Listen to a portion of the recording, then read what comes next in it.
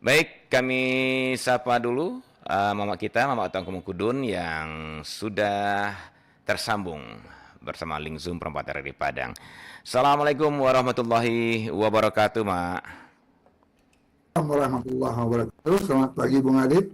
Selamat pagi dan sangat pendengar dari Perempat Surau Karifan Lokal Minangkabau. Iya, baik. Sebelum lanjut Bung Adit, Iya, Mak.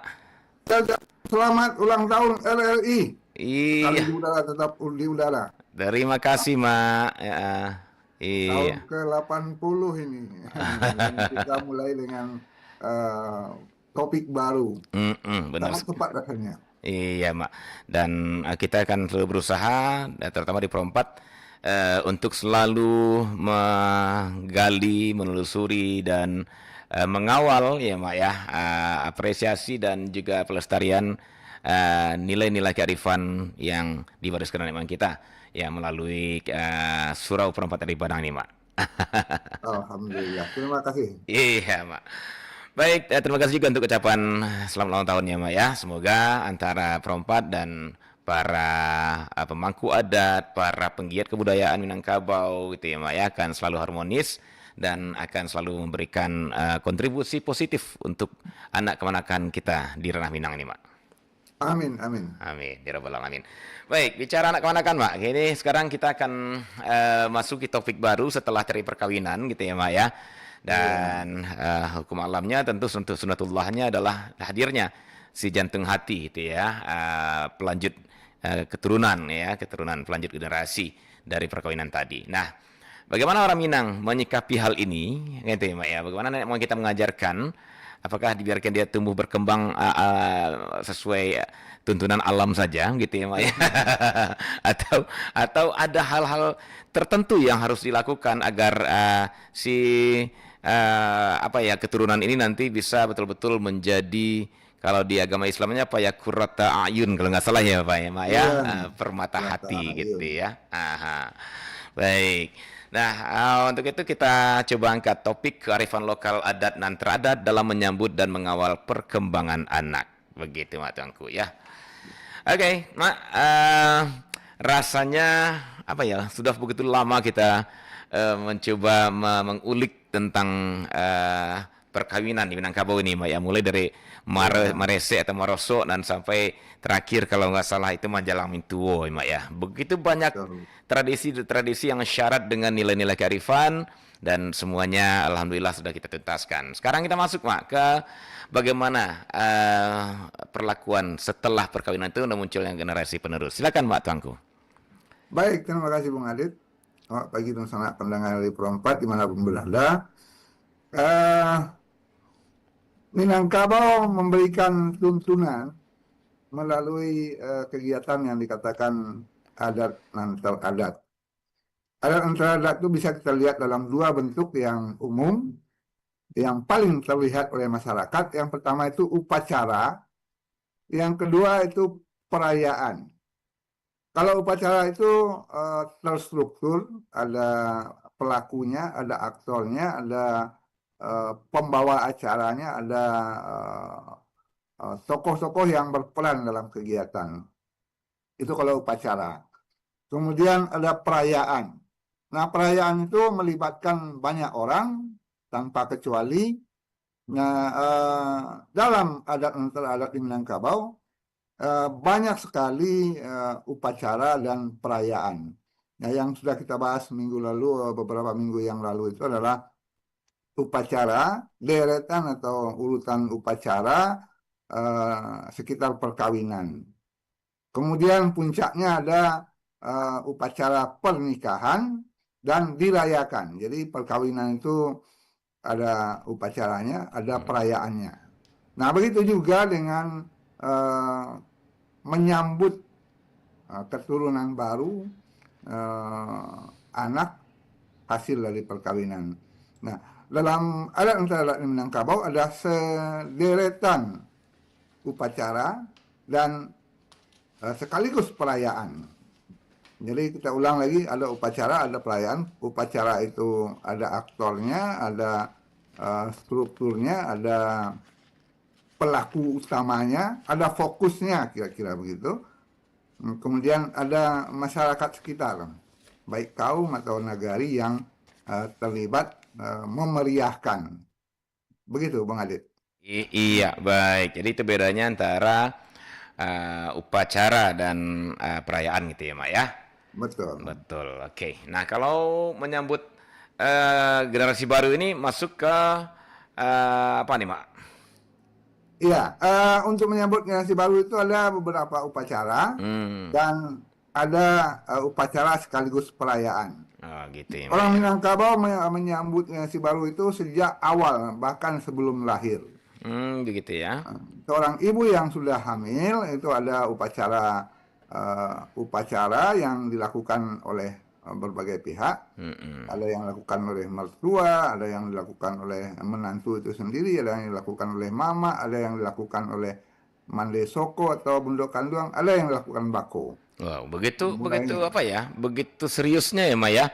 begitu serius menyambut Menyambut calon yang calon. masih dalam kandungan. Ini masih dalam kandungan nih, Mak ya? Masih dalam Masih kandungan. dalam Jadi kandungan. sampai 7 bulan ada puncak upacara menuju bulan Mm-mm. dengan berbagai istilah. Ada yang manta gulia, manta asam, manta buah, segala macam. Mhm. Itu intinya adalah Ya. upacara-upacara yang dilakukan oleh pihak-pihak yang berkewajiban dalam tanda petik Ya. untuk menyambut calon bayi. Cara Nah, bayi ya. ketika bayi itu sudah lahir, ada deretan upacara yang harus dilakukan dalam rangka menghormati yang datang, calon bayi itu. Si Iya. bayinya jadi fokus. Iya, Nah, baik. mulai dari akikah, turun mandi, membadai paja, menjujai, dijapui bako, sampai nanti dia mulai tumbuh remaja, ada sunat rasul, diantar ke surau, sampai khatam Quran. Itu deretannya dengan berbagai bentuk upacara, dan ada yang perayaan yang difokuskan kepada pertumbuhan dan perkembangan si anak. Begitu, Bang Adit. Iya, baik, baik. Nah, Mak, kalau begitu, Mak, kita coba lihat satu persatu ya, Mak ya. Dan sebelum kita bahas satu persatu, mungkin bisa Mak sampaikan apa-apa saja nih upacara-upacara yang siapa ya, biasanya dilakukan oleh eh, orang Minangkabau yang merupakan warisan dari nenek moyang gitu ya, Mak ya, dalam menyambut dan sampai nanti ke me- mengawalnya sampai dia katakanlah bisa mandiri gitu ya, Mak ya, di Betul, Minangkabau ini. betul. Mungkin apa saja, Mak, yang biasa dilakukan dan itu akan jadi cerminan juga nih untuk kita hari ini, Mak. Nah, pertanyaannya apakah karena begitu banyaknya tahapan-tahapan atau istilahnya bukan banyak ya, sejumlah tahapan-tahapan, sejumlah katakanlah apa, Kegiatan. iya, kegiatan-kegiatan yang dilakukan dalam menyambut bayi sehingga begitu seriusnya, sehingga generasi itu pada akhirnya betul-betul menjadi generasi yang kurata aini tadi, kurata ayun tadi, yang permata hati itu yang betul diharapkan, yang tidak menjadi masalah di kemudian hari, kan gitu ya, Mbak ya. Nah, Betul. nah, apakah juga umpamanya ya kondisi kita hari ini gitu ya, yang sebagian ya ada yang bikin persoalan apa generasi muda kita gitu ya. Apakah juga ada kaitannya nanti nih dengan kita sudah melewatkan mungkin atau skip sekarang atau menganggap ini tidak terpenting sehingga ya dia bertumbuh dengan Apa adanya. sendirinya ya tanpa ada sesuatu yang serius untuk mengawalnya. Nah, kita akan coba lihat hubungan itu nanti, tapi kita cari dulu tahu dulu apa saja nih, Mbak, yang biasa dilakukan dan itu menjadi cerminan hari kita hari ini. Silakan, Pak Tengku. Baik, yang pertama itu yang paling dikenal oleh masyarakat Minangkabau dan bisa disebut itu ada sebatang panjang, dikatakan manujuah bulan. Menuju bulan. Manujuah bulan itu ketika kehamilan itu sudah mencapai usia 7 bulan. Tapi sebelum itu ada upacara-upacara yang dalam tanda petik salingkan nagari, perhatian dari pihak mertua atau ibu dari laki-laki terhadap menantunya yang sedang hamil. Ada manta gulia, manta buah hasam, uh, ya banyak istilahnya di berbagai nagari. Ini agak selingkar nagari ini. Iya, iya. Yang mantasam itu mengantarkan buah-buahan yang disukai oleh ibu yang hamil. Nah, Hmm. kalau mantagulia itu semacam bubur dari labu, dari sejenis sayuran yang seperti agar-agar. Hmm. Kemudian dalam upacara itu, upacara yang sepertinya sederhana, itu yang hadir itu adalah bundo kanduang atau mandesoko Hmm. dari dua pihak, Oke. pihak ibu dan pihak mertua dari si wanita. Ini dalam menuju bulan itu ya, Mak ya? Sebelum menuju Oh, bulan. sebelum menuju bulan. Nah, Oke. sebelum menuju bulan. Mhm. Nah, itu biasanya di sana ada semacam konseling untuk calon ibu. Jadi 4 bulan itu Hmm. sudah ada manta gudia, manta Iya. buah asam. Kan orang hamil itu kadang-kadang seleranya patah atau sering muntah-muntah. Iya, iya, iya. Nah, siapa yang dibawa? Dibawa biasanya kalau dulu itu dukun beranak Hmm. atau dukun urut. Kalau sekarang biasanya dengan bidan ya, Hmm. masih ada yang mengajak bidan untuk mengunjungi menantunya, Hmm. membawa buah asam, membawa bubur gudia dan berbagai macam. Hmm. Itu bentuk perhatian dari mertua terhadap menantunya yang sedang hamil dan memberi konseling. Ada Hmm. konselingnya untuk ibu-ibu itu. Jadi bahasa sederhananya menjelaskan larang pantangan orang hamil. Jangan duduk di pintu, jangan berjalan capek-capek, dan berbagai macamnya. Iya, iya. Uh, ini bentuk perhatian sekaligus bimbingan. Hmm. Kemudian mengajarkan ayat-ayat yang sebaiknya dibaca, surat Maryam, surat Yusuf, ketika sholat. Hmm. Ingat kalau orang sudah hamil itu salatnya tidak boleh putus. Beda Hmm. dengan seorang wanita yang tidak hamil, itu ada masa sholatnya putus ketika dia datang bulan atau Iya, haid. iya, Tapi iya. kalau sudah hamil, sholat tidak boleh putus dan diajarkanlah ayat-ayat yang sebaiknya dibaca selama hamil itu. Hmm. Ini contoh perhatian sekaligus bimbingan bagi calon ibu yang sedang hamil. Nah, kemudian pada menuju bulan, nah itu sudah dalam bentuk upacara biasanya. Upacara kecil-kecilan sebenarnya, ketika rombongan dari mertua atau calon bako dari bayi itu, bayi dari calon bako dari calon bayi itu Ya. datang beramai dengan mertua perempuan itu Hmm. untuk memeriahkan calon bayi yang akan hadir. Nah, di sana biasanya ada hidangan, ada sekian jenis hidangan di berbagai negara berbeda-beda. Hmm. Ini semua ada upacaranya, ada perayaannya. Jadi ada aktornya, ada yang ikut memeriahkan. Nah, yang memeriahkan itu umumnya calon bako calon bayi.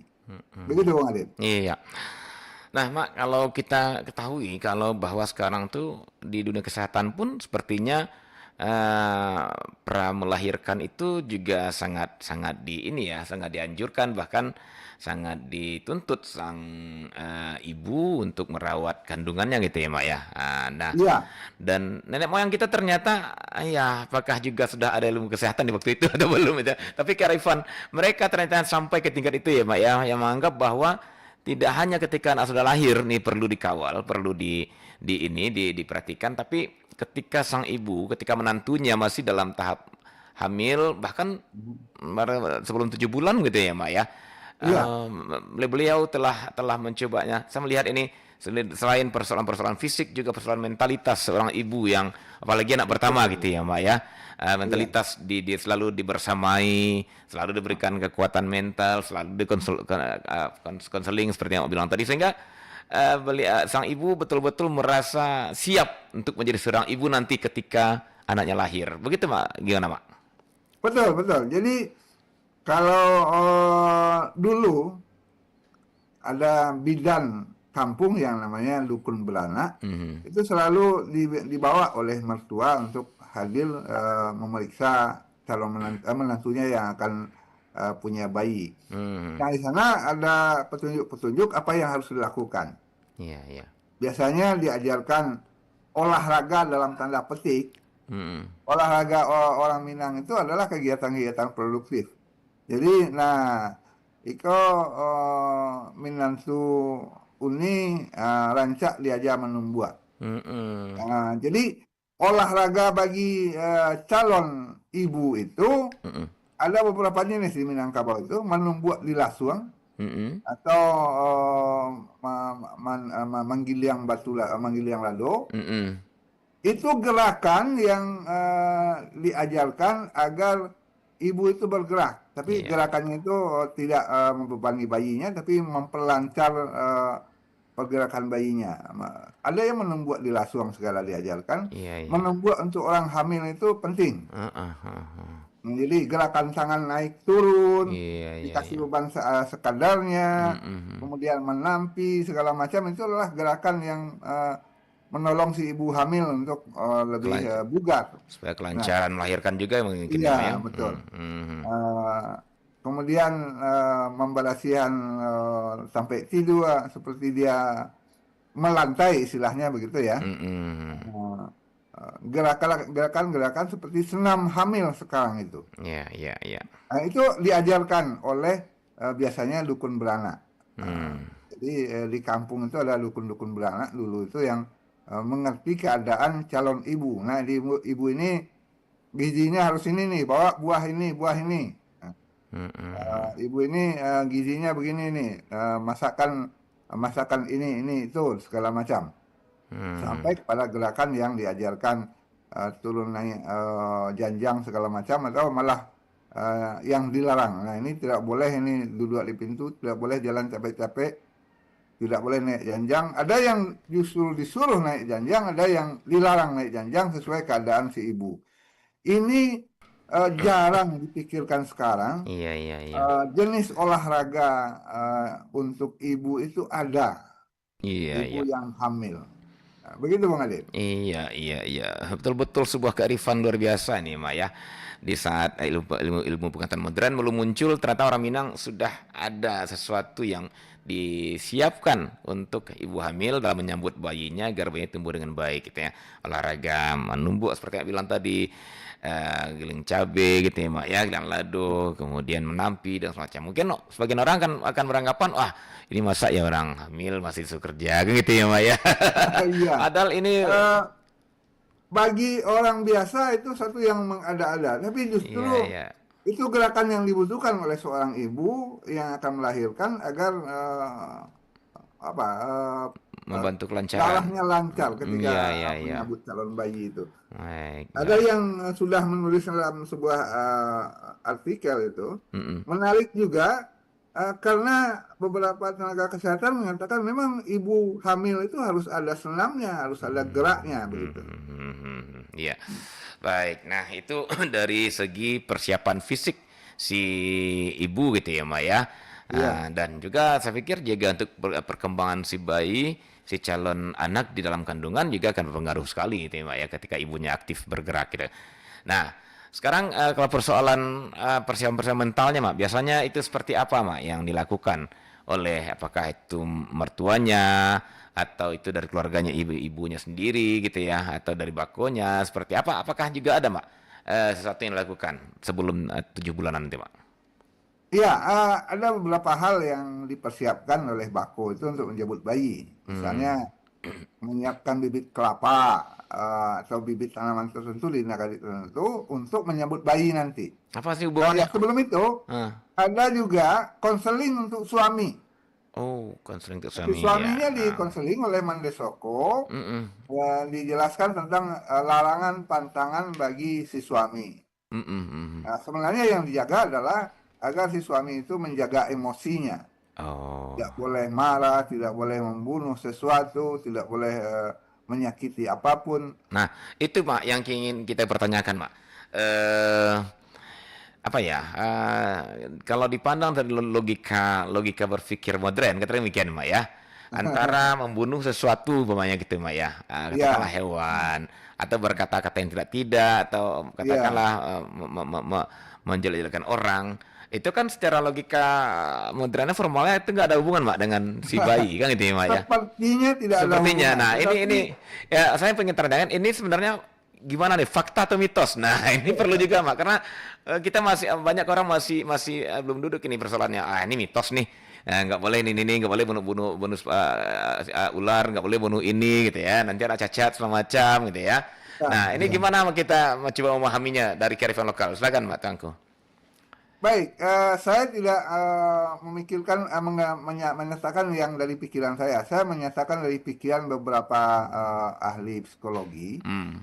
bahwa seseorang yang melakukan pembunuhan terhadap apapun itu dalam beberapa saat, mungkin sampai 1 hari, itu akan mengandung sebuah emosi atau kalau istilah orang lain dikatakan aura atau energi yang menyebabkan dia itu negatif, Hmm. membawa energi negatif kepada lingkungannya, Hmm. dan tentu saja energi negatif terhadap istri yang sedang hamil. Iya, iya, iya. Ya, siapapun yang melakukan pembunuhan sekecil apapun, baik terhadap hewan, apalagi terhadap makhluk yang lebih besar, masuk manusia apalagi, Mm-mm. itu akan menyimpan energi negatif dalam dirinya untuk waktu yang cukup lama, bisa sehari 2 hari. Iya. Akibatnya apa? Energi negatifnya itu akan menular kepada istrinya yang sedang hamil. Ini Hmm. bukan kata saya, ini kata para ahli psikologi. Iya. Energi negatif itulah yang sangat mungkin menimbulkan dampak negatif kepada calon bayi. Hmm. Makanya orang yang paling dekat dengan istri itu dengan suaminya. Makanya suaminya dilarang melakukan hal-hal yang membahayakan eh, energi pada dirinya, Iya. emosinya. Hahaha. Emosi pada si suami itu akan berpengaruh besar terhadap kejiwaan si istri yang sedang hamil, dan tentu saja berakibat terhadap calon bayi yang akan lahir. Begitu, Bang Adit. Iya, iya, iya. Jadi sepertinya bukan hubungan langsung antara tindakan dia ini dengan si bayi atau ibu calon ibu yang sedang hamil gitu ya. Cuman dampak gitu ya, Mak ya, dampak dari emosi yang ditimbulkan karena perbuatan-perbuatannya terhadap yang lain itu ya, Mak ya. Betul sekali. Ah, gitu ya, ya, ya. Ketika seseorang sedang marah, Hmm. emosi, itu dalam dirinya akan muncul sebuah ya rasa marah yang bertahan mungkin tidak sebentar, apalagi kalau orangnya orang masih muda, Iya, iya. temperamental. Hmm. Nah, emosinya itu akan terbawa ke rumah Hmm. dan akan tersalurkan dalam Iya, iya. tindakan dan ucapan terhadap istrinya. Dan itu akan sangat berbahaya ya, Mak ya, kalau itu dilakukan Dan istri yang itu sedang yang hamil. berpengaruh terhadap Hmm. perasaan atau psikologi dari calon ibu ini. Iya, iya, iya. Baik, Mak. Jadi tidak hubungan langsung, Hmm. ya. Iya. Jadi orang tua itu kan, nenek moyang itu kan tidak mau menjelaskan terlalu detail begitu. Iya, iya. Uh, Karena orang Minang memang suka katokieh gitu ya, Mak ya. ya, kiasan saja bahwa ini akan berakibat nanti kepada keturunanmu, ya kamu harus hati-hati, Iya, jaga. iya, iya. Betul, betul. Nah, Nah, begitu juga kepada lingkungan keluarga. Jangan menimbulkan hal-hal yang membuat emosi atau menimbulkan gejolak di rumah gadang tempat seorang ibu yang yang sedang sedang hamil. hamil ya. Makanya di rumah gadang yang punya tabuh dilarang membuat tabuh selama ada ibu yang sedang hamil. Dulu di kampung saya ada rumah gadang yang punya tabuh. Iya, iya, iya. Ketika ada satu ibu yang sedang hamil, itu pemukul tabuhnya disimpan oleh mama di rumah gadang itu, tungganai. Mm-mm. Ma, tungke pembuat tabuh, mak. Oh, salang bersimpan. Salang bergantuangkan Iya, istilahnya. iya, iya. Kenapa? Karena ada seorang kemenakan yang sedang hamil. Mm-mm. Kenapa? Tabuh rumah gadang itu akan Membuat ini ya. menimbulkan getaran besar Iya, kepada iya. rumah, dan itu membuat keadaan ibu hamil tidak nyaman, Apalagi suaranya tabuh tuh ya luar biasa juga nih, Mak ya. bergetar. Ya. Bergetar gitu Nah, ya. sekarang rumah gadang kan tidak punya tabuh lagi. Iya. Jadi sampai Dulu di berbagai negara itu rumah gadang itu punya tabuh masing-masing. oh gitu. Tabuah surau kali, bukan, Pak? Tabuh di rumah Oh, gadang tabuh punya rumah gadang. tabuh. Iya, iya, iya, Iya. iya. Oh, ada tabuh juga ya, Mak ya.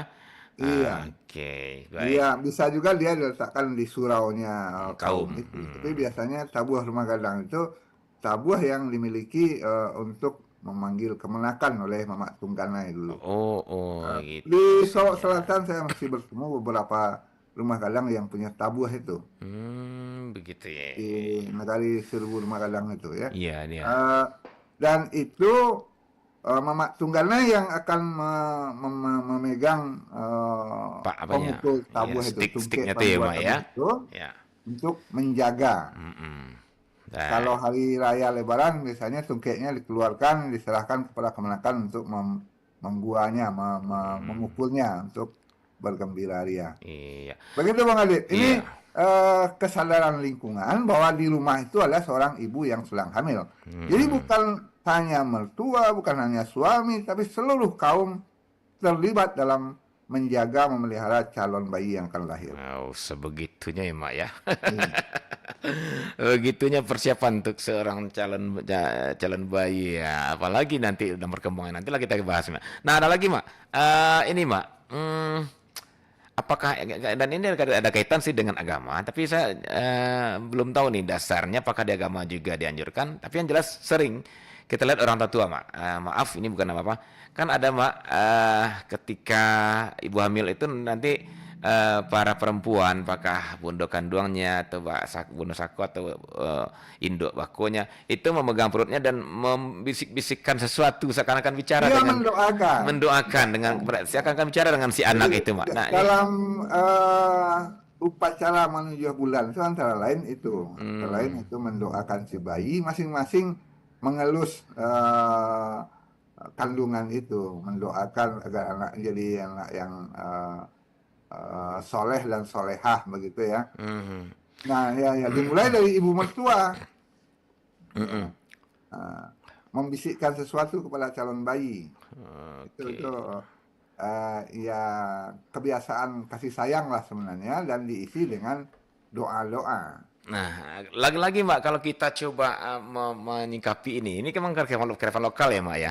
Tapi Iya, saya yakin kearifan lokal Minangkabau itu tidak ada yang bertentangan dengan logika. Itu loh logikanya Mbak. Saya pengen cari insya lihat Allah, itu. Insya iya Allah itu betul. Mbak ya. Nah sekarang apalagi nih logika yang bisa kita munculkan atau istilah kita lihat dari mengusap-ngusap perut si ibu hamil, kemudian seakan-akan berpesan ke bayinya gitu ya Mbak ya. Ini apa nih? Bagaimana kita memahaminya? Kalau di alam katakanlah di alam modern seperti sekarang dengan logika-logika formal, Mak. Nah, tapi kearifan lokal kita ada seperti itu. Apakah bisa kita coba hubungkan, Mak? Iya, begini. Hmm. Saya hanya mengulang yang dikatakan oleh para ahli psikologi Hmm. bahwa hubungan yang paling akrab itu adalah sentuhan dan Hmm. kata-kata. Ya, ya, Nah, ya, ya. kalau sentuhan ditambah kata-kata, dia akan makin dekat. Mm-mm. Jadi seorang mertua yang mau mengelus menantunya, perut menantunya, itu memperlihatkan keakraban, Mm-mm. kedekatan emosional. Ya, ya, ya. Iya. Kenyamanan seorang ibu adalah ketika ibunya atau Mertuanya. mertuanya langsung yang mengelus perutnya, mengelus badannya, Mm-mm. dan sentuhan itu adalah hubungan yang paling dekat, yang paling akrab. Ya, ya, ya. Nah, dan itu biasanya menimbulkan rasa haru, rasa bahagia, Mm-mm. dan itu yang berpengaruh terhadap pertumbuhan bayi. Iya, iya, iya. Sebab semakin bahagia si ibu, semakin bagus pertumbuhan si bayinya secara emosional. Nah, itu kata ahli psikologi. Ya, Saya hanya mengulang ucapan orang. iya. Nah, dan itu sangat logis gitu ya, Mbak ya. Saya pikir logis Iya, sekali itu ya, Mbak ya. Karena memang menimbulkan rasa nanti sampai ke dalam gitu ya, Mbak ya, sehingga iya, seluruh organnya terlihat bagus gitu ya, Mbak ya, dan iya. ya si anak juga. Nah, apakah ini juga mencerminkan bahwa sesungguhnya seorang bako, kalau otomatis bagi anaknya kan calon anak kan mertuanya bako nih, Mbak ya. Bagi Betul, calon betul. anak. Nah, itu memperlihatkan bahwa atau neneknya lah ya dari bako, dari ayahnya. Itu memperlihatkan bagaimana mereka sangat menyayanginya. Jadi kalau dulu Mama sudah pernah mengatakan ketika Rayo selama macam hari Lebaran itu nenek memperlihatkan apanya kepada cucunya dari anak laki-lakinya. Ini jangankan udah lahir, dari bayi dia calon bayi sudah diperlihatkan. Apakah itu juga bermakna itu, Mak, Tuanku? Betul. Makanya menuju bulan itu yang aktor utama dalam upacara manusia bulan itu adalah mertua dari si perempuan yang hamil atau calon bako bagi calon bayi. Iya, baku bagi calon bayi. Nah, Jadi hubungan itu sudah dimulai, Pak sudah ya? dijalin sebelum si bayi lahir. Iya, iya, iya, iya. Jadi hubungan antara bako dengan calon bayi itu sudah dibangun sejak dia dalam kandungan. Dan itu kalau mertua itu biasanya ada yang bermalam di rumah menantunya, tidur dengan menantu yang sedang hamil itu. Oh, Ada yang begitu. sampai Ya, sebegitu ya, memperlihatkan iya. kedekatan emosional dan Ada dan memberikan. ada yang sampai memasak bersama dengan menantunya.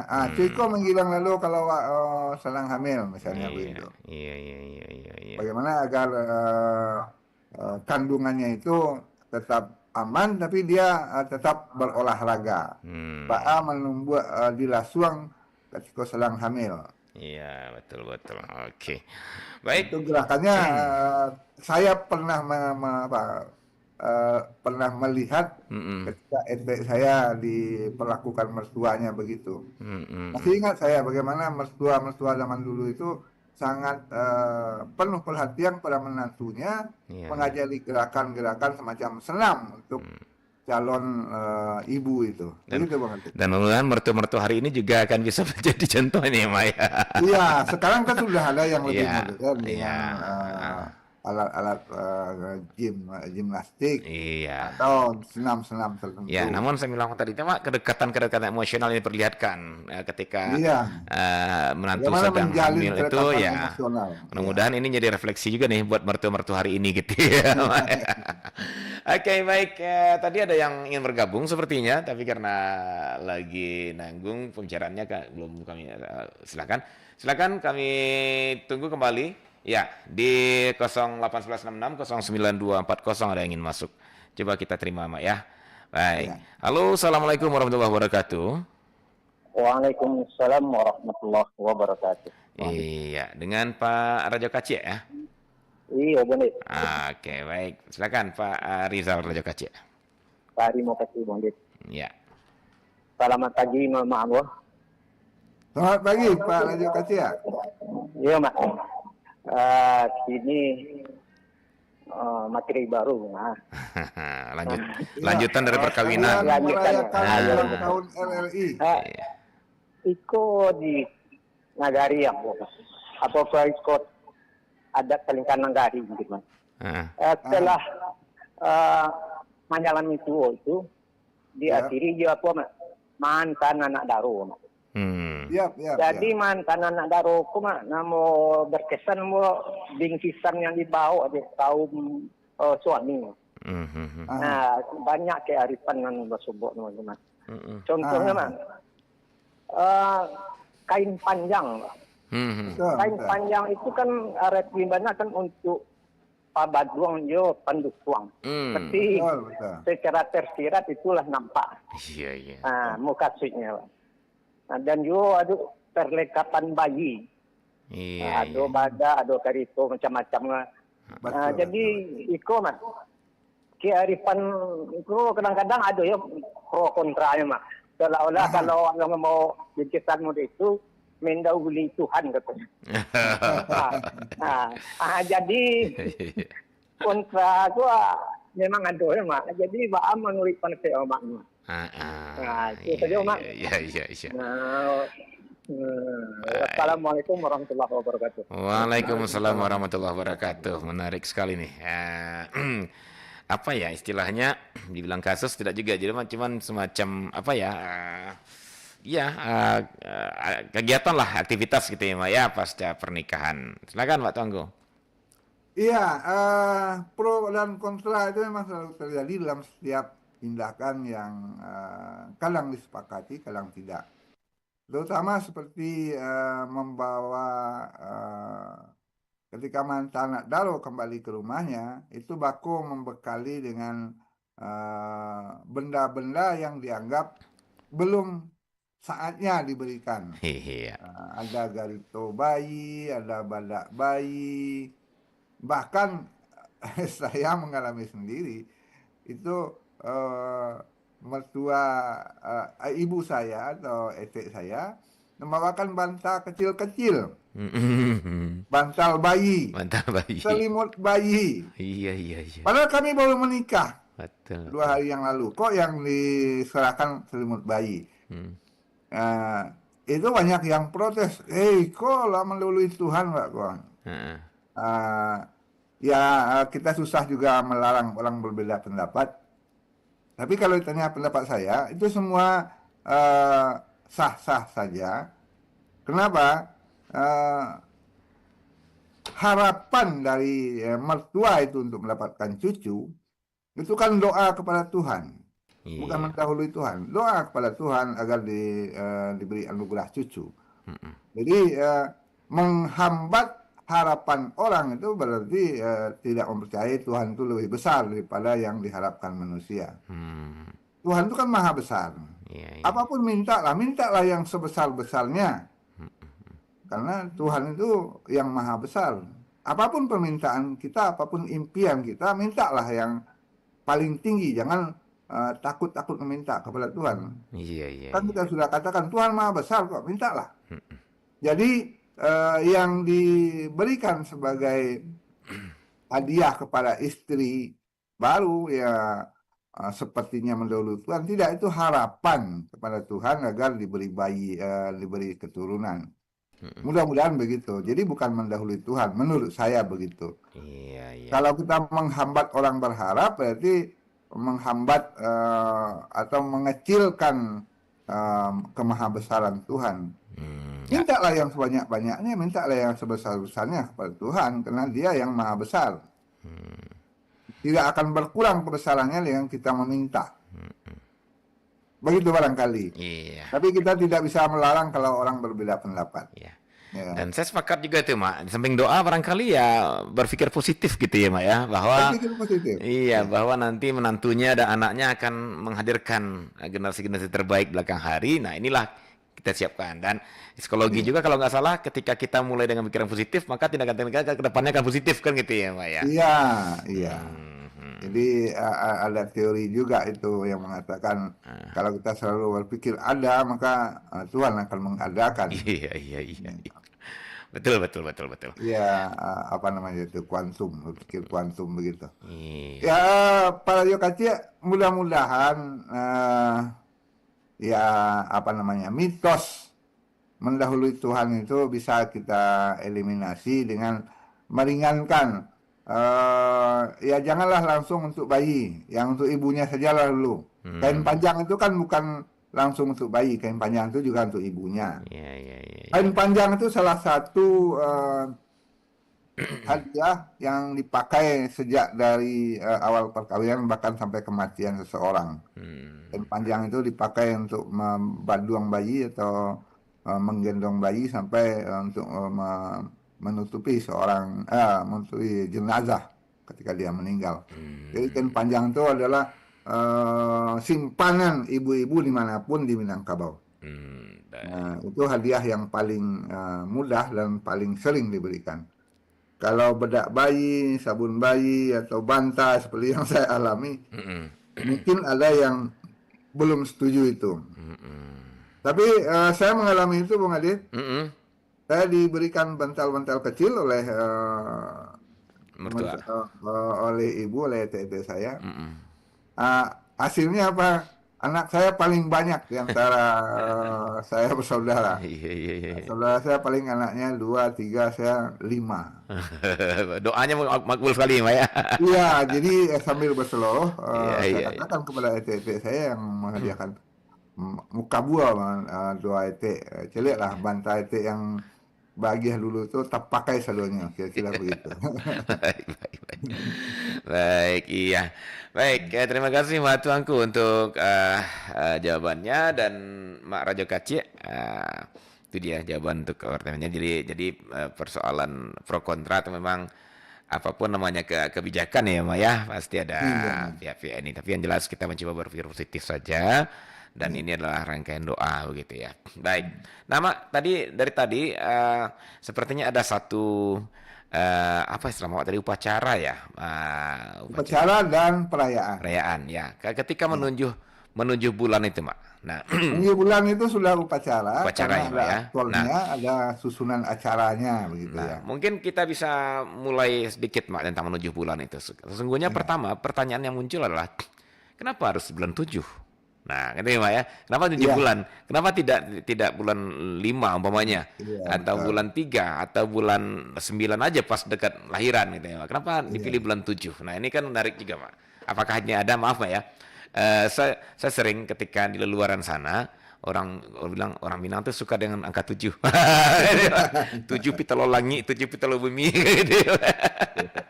Ini saya nggak tahu nih kemana larinya, tapi yang jelas itu. Jadi ada lagi, ini dia 7 bulan. Ini kira-kira kearifan apa nih yang bisa kita petik di sini, Pak? Itu pertama. Yang kedua, apa model upacaranya, kronologisnya seperti apa, dan gambaran seperti apa, Mak? Karena memang hari ini rasanya jarang sekali Mak kita temui menuju bulan itu, Mak. Jarang sekali kita temui.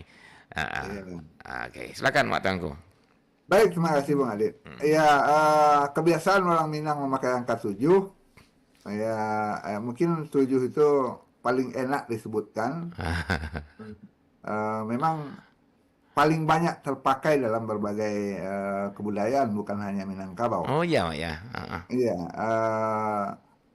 kalau angka 3 dan 4, angka 4 itu ada kebudayaan yang melarang memakainya. Bahkan kalau Bung Adit masuk beberapa hotel, itu lantai 4-nya hilang. Iya. Tapi tidak ada yang alergi dengan angka 7. Ya. Orang Minang malah memakai angka 4 dan angka 7 sekaligus.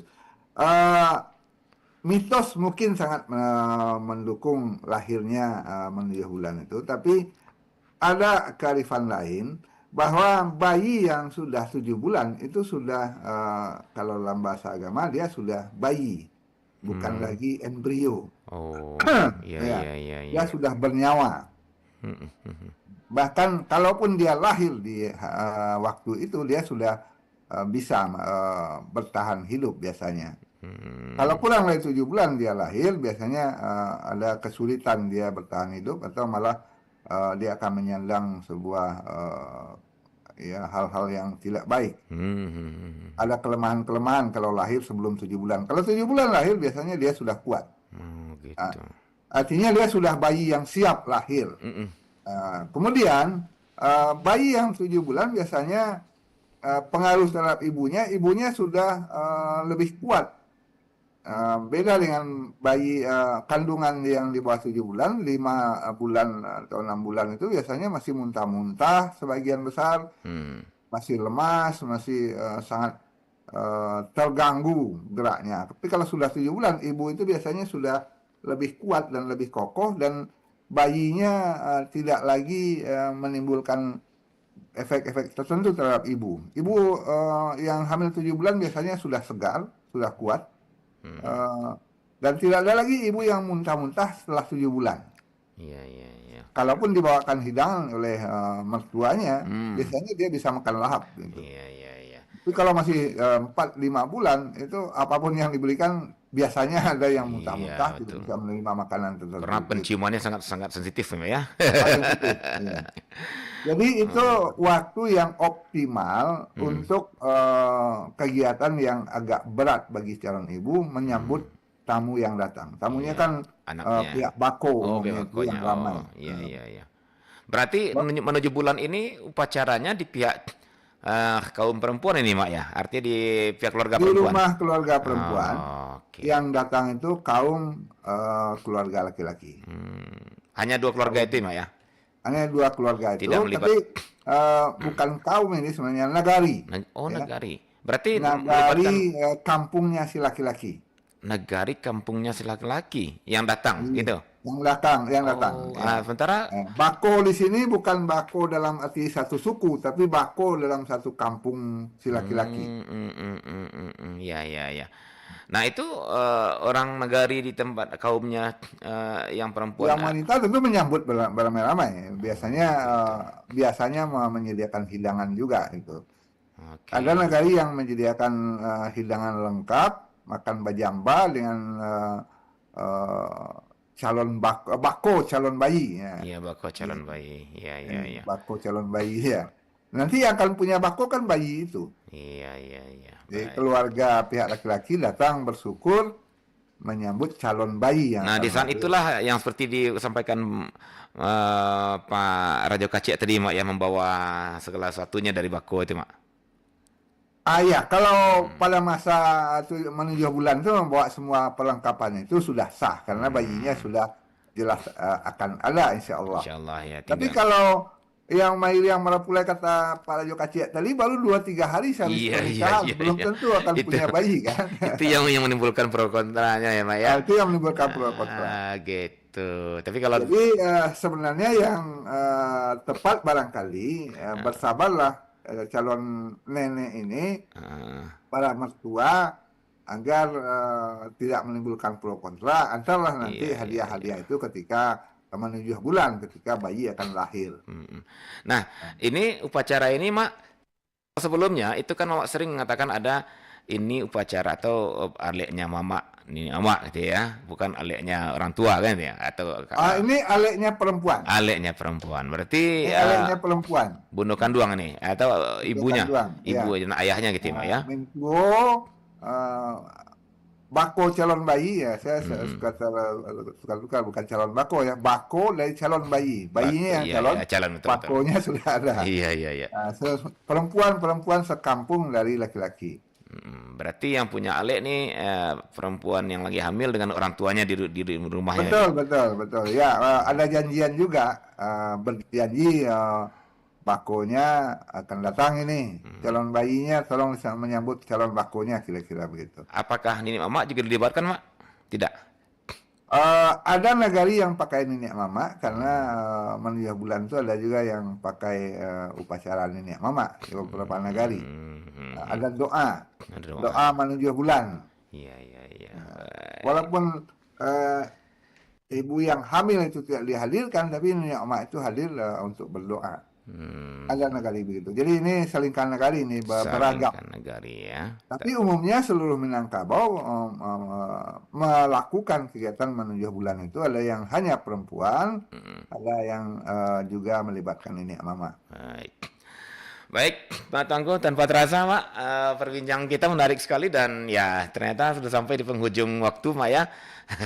Kita pengen lanjut tapi ya waktu udah membatasi kita. Untuk itu mudah-mudahan kita akan lanjutkan nanti di aktivitas atau kegiatan-kegiatan berikutnya setelah menuju bulan ini ya, Mak, ya. Apalagi nih yang ada di menyambut kelahiran Sang Permata Hati ini dan juga mengawal perkembangannya sampai dia mandiri nanti. Oke. Baik, Pak Tangguh, sebelum berpisah ada 1 menit 2 menit untuk simpulan kita, silakan, Pak Tangguh. Baik, terima kasih Bung Adit. Minangkabau memberikan aturan adat dan teradat, adat yang paling kelihatan yaitu upacara-upacara dan perayaan-perayaan. Nah, upacara untuk calon bayi sampai bayi itu lahir dan remaja ada sederetan kegiatan adat dan teradat, mulai dari yang paling terkenal itu menuju bulan ketika si ibu hamil didatangi oleh keluarga besar suaminya atau mertuanya, bako calon bayi. Ini adalah bukti kedekatan secara nasab antara keluarga ayah dan si bayi yang akan lahir. Begitu barangkali Bung Adit pengantarnya. Iya, baik. Terima kasih, Mak, untuk penjelasannya dan pencerahannya. Mudah-mudahan perbincangan kita hari ini bisa menjadi referensi dan menjadi literasi juga untuk para pasangan baru dan keluarganya, juga para bako calon anak ini, Mak, ya, yang tepatnya. Bako calon bayi yang akan lahir nantinya.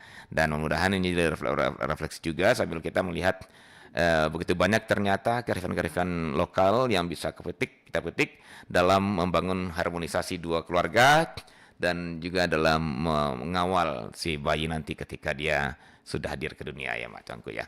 Baik, sekali lagi terima kasih, Mak, dan mudah-mudahan Mak tetap sehat, Mak, ya. Tetap Amin. Bisa setiap pekan, setiap minggu kita di kearifan lokal Minangkabau ini. Terima kasih, Mak. Assalamualaikum.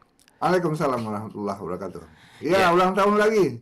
sekali dulu selamat ulang tahun RRI. Iya, merdeka. Merdeka. Baik, Dun Sana Pendengar, sampai di sini acara Kearifan Lokal Minangkabau kita pada pagi hari ini dalam topik ya kearifan lokal, adat dan teradat dalam menyambut ya dan mengawal perkembangan anak di Minangkabau. Baik, terima kasih atas dengarnya dan mohon maaf atas segala kekurangan. Akhirnya saya bersama Mak Tongkong Kudun mohon pamit dari ruang Ngeranda. Sampai jumpa dan Dirgahayu RRI 80 tahun. Assalamualaikum warahmatullahi wabarakatuh.